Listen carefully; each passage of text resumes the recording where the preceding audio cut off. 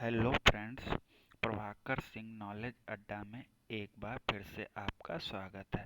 Friends, हम लोग जो उत्तर प्रदेश ट्रिपल एससी द्वारा आयोजित परीक्षा होने जा रही है पेट 2022, इसके लिए अब कुछ ही टाइम शेष बचा है। तो हम लोग एक बार जो जीएस का सेक्शन है, जितने भी टॉपिक जीएस से आते हैं उन सब को मिला के 10-10 क्वेश्चन के फॉर्म में हम लोग रिवीजन करेंगे या क्विज लगाएंगे। ठीक है, तो इन क्वेश्चंस को आप अच्छे से टेस्ट दे के अपनी प्रिपरेशन चेक कर सकते हैं, क्योंकि कुछ ही टाइम बचा हुआ है। ठीक है, तो आइए वीडियो को शुरू करते हैं। ये 10 जो क्वेश्चंस हम लोग आज डिस्कस करेंगे, ये प्रीवियस ईयर में किसी न किसी एग्ज़ाम में पूछे गए हैं, तो आप इनको इम्पोर्टेंट मानकर अपना तैयारी चेक कर सकते हैं। आइए वीडियो को शुरू करते हैं। तो देखिए, सबसे पहला क्वेश्चन जो है वो विज्ञान से लिया गया। ठीक है, क्योंकि साइंस भी आती है। तो देखिए, निम्नलिखित में किसका संबंध पौधों की वृद्धि से नहीं है। ये क्वेश्चन इम्पॉर्टेंट इसलिए है क्योंकि कई बार क्या होता है, ये जो हार्मोन्स हैं, ये टॉपिक है पौधों के हार्मोन्स, तो उससे ये क्वेश्चन उठाया गया है। ठीक है, पौधों के जो हार्मोन्स हैं उनके बारे में यहाँ से एक क्वेश्चन पूछा गया है। तो याद रखिए, निम्नलिखित में कौन सा किसका संबंध पौधों की वृद्धि से नहीं है। तो ऑक्सिन, जिब्रेलिन और साइटोकाइनेसिन ये किसी न किसी प्रकार से पौधों की वृद्धि को क्या करते हैं, प्रोत्साहित करते हैं। लेकिन एब्सिसिक एसिड ये ऐसा अम्ल है जो पौधों की वृद्धि में सहायक नहीं होता। ये पौधों के जो मतलब वृद्धि है उसको रोके रखता है, मतलब वृद्धि में सहायता ना करके क्या कर रखता है, रोके रखता है। यानी पौधे जो हैं उनको सुप्तावस्था में ही रखता है। बाकी साइटोकाइनेसिन है, इसके बारे में भी ध्यान रखिए। ये कोशिका विभाजन में ये सहायता करता है। ठीक है, कोशिका विभाजन में ये ध्यान रखेंगे।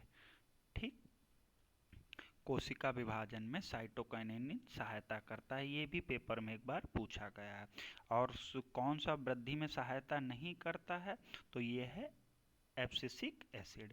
एक और आपको याद रखना, एथिलीन। कौन सा, एथिलीन, ये भी एक हार्मोन होता है। ये किस लिए प्रयोग किया जाता है, फलों को पकाने के लिए। ठीक है, फलों को पकाने में ये सहायता करता है। तो इम्पॉर्टेंट हैं जो 3 पूछे गए हैं वो हमने आपको बता दिए। साइटोकाइनेसिन किस काम आता है, कोशिका विभाजन में। और इथिलीन किस काम आता है, फलों को पकाने में।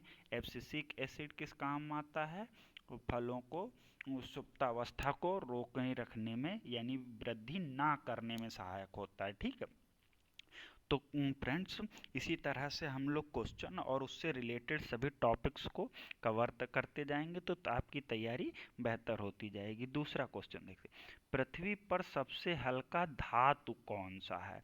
याद रखिए, अगर आपसे पूछता सबसे हल्का तत्व कौन सा है, तो आप तुरंत कह देते सबसे हल्का तत्व कौन सा है, हाइड्रोजन। ठीक है, सबसे हल्की गैस पूछता तो भी हाइड्रोजन ही गैस कह देते हैं। ठीक है, तो ये याद रखिए, ये हाइड्रोजन क्या है, तत्व पूछे या गैस कहे, तो इन दोनों मामलों में सबसे हल्का यही है। लेकिन हमसे क्या पूछा गया, धातु, सबसे हल्की धातु कौन सी है, तो याद रखिए लिथियम जो है ये सबसे हल्की धातु है। इसका सही जवाब क्या होगा, लिथियम। अब लिथियम के बारे में और जानते हैं।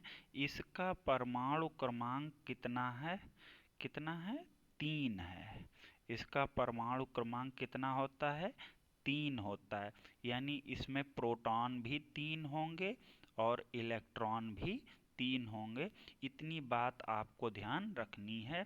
सबसे हल्का जो धातु होता है वो कौन सा है, लिथियम है। सबसे हल्का तत्व कौन सा है, हाइड्रोजन है। सबसे हल्की गैस कौन सी है, वो भी कौन सी है, हाइड्रोजन है। तो उम्मीद करते हैं आपको ये फैक्ट पसंद आ रहे होंगे। अब तीसरे क्वेश्चन पे चलते हैं। तो देखिए, फीफा किसकी वैश्विक नियामक संस्था है? तो फ्रेंड्स, जो खेल हैं वहाँ से भी क्वेश्चंस आते हैं। खेल में किस तरीके के क्वेश्चंस आते हैं? एक तो खिलाड़ियों की संख्या वाला एक क्वेश्चन आता है, और दूसरा क्वेश्चन किससे आता है कि कौन सी ट्रॉफी किस खेल से संबंधित है। तो फीफा से याद कर सकते हैं, फीफा एक ट्रॉफी भी है और एक संस्था भी है। तो ये किससे संबंधित है? ये फुटबॉल से संबंधित है। किससे? फुटबॉल से संबंधित है। ठीक है, ध्यान रखेंगे, फीफा किसकी संस्था है? फुटबॉल की संस्था है। ठीक है, याद रखिएगा, फुटबॉल का एक कप भी होता है जो फुटबॉल वर्ल्ड कप के नाम से जाना जाता है, वो फीफा कप ही होता है। ठीक है, तो एक को जो क्वेश्चन आता है किस खेल में कितने खिलाड़ियों की संख्या है, अगर आपने इसका वीडियो नहीं देखा है तो हमारे चैनल पर जाके देख सकते हैं। नेक्स्ट क्वेश्चन हम लोग करते हैं। ये देखिए, प्रश्न इंपॉर्टेंट है, वेरी गुड। तो ये देखिए, गुवाहाटी किस नदी के किनारे? वेरी इंपॉर्टेंट क्वेश्चन है। ये क्वेश्चन कहाँ से है? जो होते हैं नदी और उनके किनारे बसे हुए शहर, इस टॉपिक से ये क्वेश्चन लिया गया है, और यहाँ से लगभग एक क्वेश्चन हर एग्जाम में पूछा जाता है। तो गुवाहाटी किस नदी के किनारे है? तो पहली बात तो जानते हैं हम, गुवाहाटी किस राज्य में है? तो राज्य है गुवाहाटी का असम, यानी गुवाहाटी किस राज्य में है? असम। और आपको याद हो, असम में ब्रह्मपुत्र नदी प्रसिद्ध है, क्योंकि असम का शोक भी किसको कहा जाता है? ब्रह्मपुत्र नदी को ही बाढ़ लाने के कारण कहा जाता है। तो गुवाहाटी किस नदी के किनारे है? किसके नदी के किनारे है? ब्रह्मपुत्र नदी के किनारे। अब यहाँ पर एक नदी लिखी हुई है, हुगली नदी। तो याद रखिए, जो पश्चिम बंगाल का कोलकाता शहर है, कौन सा? कोलकाता शहर है, ये किस नदी के किनारे है? हुगली नदी के किनारे। और लंदन में एक नदी बहती है जिस नदी का नाम है टेम्स नदी। तो लंदन किस नदी के किनारे है, कोई पूछे तो कह देंगे टेम्स नदी के किनारे। ठीक है, ठीक है। और एक और नदी है इंपॉर्टेंट, सीन नदी, ये भी पेपर में पूछी गई है। ये जो पेरिस शहर है, फ्रांस की राजधानी, ये किस नदी के किनारे है? सीन नदी के किनारे। ये इंपॉर्टेंट हैं, इनको आप ध्यान रखिएगा। ठीक है, और एक पूछा जाता है गोमती नदी। तो गोमती नदी के किनारे कौन सा शहर है? तो वैसे तो कई सारे शहर हैं, लेकिन लखनऊ एक प्रसिद्ध शहर है जो कि गोमती नदी के किनारे स्थित है। तो ये जो चारों पेपर में पूछे गए हैं, तो आपको एक्स्ट्रा फैक्ट के रूप में ये मिले हैं। तो हमारा आंसर था गुवाहाटी किस नदी के किनारे है? ब्रह्मपुत्र नदी के किनारे। अगला इसी से मिलता जुलता, क्योंकि ये क्वेश्चन इंपॉर्टेंट है, इस वजह से हम लोग इनको कवर कर रहे हैं। श्रीनगर, श्रीनगर किस राज्य में है? बताइए जल्दी से इसका राज्य। तो हम जानते हैं ये किस राज्य में है? जम्मू एंड कश्मीर। ठीक है, तो किस राज्य में है? जम्मू कश्मीर में। तो ये जो है, ये झेलम नदी के किनारे है, याद रखिएगा, झेलम नदी के किनारे श्रीनगर शहर बसा हुआ है। ठीक है, किस नदी के किनारे है? झेलम नदी के किनारे। आइए आगे देखते हैं, सातवां क्वेश्चन। चतुर्थ बौद्ध संगति का आयोजन किसके साल में हुआ? तो कुल मिला के कितनी बौद्ध संगतियां हुई? कितनी हुई? 4 बौद्ध संगतियां हुई। तो चौथी वाली तो इम्पोर्टेंट है ही, उसके बाद पहली वाली भी बड़ी इम्पोर्टेंट है। तो पहली वाली जो बौद्ध संगति है वो महाराजा अजातशत्रु, किसके शासनकाल में है? अजातशत्रु के, एक राजा अजातशत्रु थे, उनके शासनकाल में हुई। और चतुर्थ बौद्ध संगति का आयोजन किसके काल में हुआ? तो ये हम लोग देखेंगे, कनिष्क, राजा कनिष्क हुए हैं, उनके शासनकाल में चौथी। तो कनिष्क के शासनकाल में किस बौद्ध संगति का आयोजन हुआ? चतुर्थ वाली। तो ये भी याद रखेंगे। ठीक है, तो पहली बौद्ध संगति अजातशत्रु के शासनकाल में, और चतुर्थ बौद्ध संगति किसके शासनकाल में? राजा कनिष्क के। ठीक है, तो आगे देखते हैं, इनको भी देख लेते हैं। दूसरी किसके शासन को हुई? तो एक राजा थे कालाशोक, ठीक है, कालाशोक। और तीसरी किसके शासनकाल में हुई? अशोक के। तो ये चारों भी हम लोग ध्यान रखेंगे, पर आप पहली और चौथी खासकर ध्यान रखेंगे, ठीक है। आइए नेक्स्ट क्वेश्चन को देखते हैं। सोन नदी, देखिए ये नदियों से तीसरा क्वेश्चन है, नदियों से इम्पोर्टेंट क्वेश्चन है। और ये नदियों से दूसरी तरह का क्वेश्चन है कि जो नदी के उद्गम स्थल हैं, कौन से, ये याद रखिएगा, इम्पोर्टेंट है, नदियों वाला ये क्वेश्चन है। जो उनके उद्गम स्थल हैं और कहाँ गिरती हैं, ये इम्पोर्टेंट है, ठीक है। कौन सी नदी कहाँ से निकलती है और कहाँ गिरती है, ये इस टाइप का है। तो करीब 15 से 20 नदियाँ इम्पॉर्टेंट हैं, आप उनके उद्गम स्थल और वो कहाँ गिरती हैं इस टॉपिक को जरूर कवर करें। तो वहाँ से ये क्वेश्चन, पहला क्वेश्चन जो पढ़ा था हमने वो था नदी कहाँ, उसके किनारे कौन सा शहर है। ये क्वेश्चन कैसा है? कौन सी नदी कहाँ से निकलती है? तो सोन नदी जो है ये मध्य प्रदेश के आसपास के क्षेत्र में पाई जाती है। और मध्य प्रदेश के आसपास जो अमरकंटक की पहाड़ियाँ हैं, कहाँ? मध्य प्रदेश के और महाराष्ट्र का मिला जुला क्षेत्र है, अमरकंटक की पहाड़ियों से ये सोन नदी निकलती है। याद रखिएगा, कहाँ से निकलती है? सोन नदी अमरकंटक की पहाड़ियों से निकलती है, ठीक है। तो ये क्वेश्चन आप ध्यान रखेंगे, कौन सी नदी कहाँ से निकलती है? तो सोन नदी हमने देखा, कहाँ से? अमरकंटक की पहाड़ियों से। नेक्स्ट क्वेश्चन देखते हैं हम लोग, 8वां क्वेश्चन है, भारत का दूसरा सबसे बड़ा राज्य। देखिए कितना इम्पोर्टेंट है और ये कितना घुमा के पूछा गया है, इसको देखिए।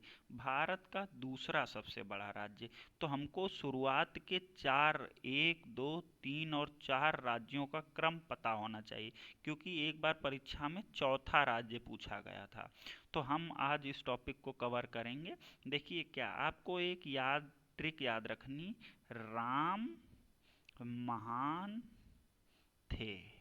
क्या ट्रिक है? राम महान थे। तो राम से याद बनाना है आपको राजस्थान। कौन सा? राजस्थान। और महान से बनाना है महाराष्ट्र, ठीक है। एक मिनट रुक जाइए, महान से, माँ से बनेगा पहले मध्य प्रदेश, तो दूसरे नंबर पे आएगा कौन सा? मध्य प्रदेश। और उसके बाद महान से आएगा महाराष्ट्र। और जो चौथे नंबर पे आता है वो हमारा जो है वो राज्य है उत्तर प्रदेश। तो ये एक नंबर हो गया, देखिए एक नंबर ये हो गया, 2 नंबर ये हो गया, 3 नंबर ये है। और अगर आप यूपी के रहने वाले हैं तो आपको ये जानकारी होगी, यूपी का क्षेत्रफल के हिसाब से चौथा स्थान है, ठीक है। तो ये चारों जो थे, दूसरा कौन सा आ जाएगा हमारा? मध्य प्रदेश।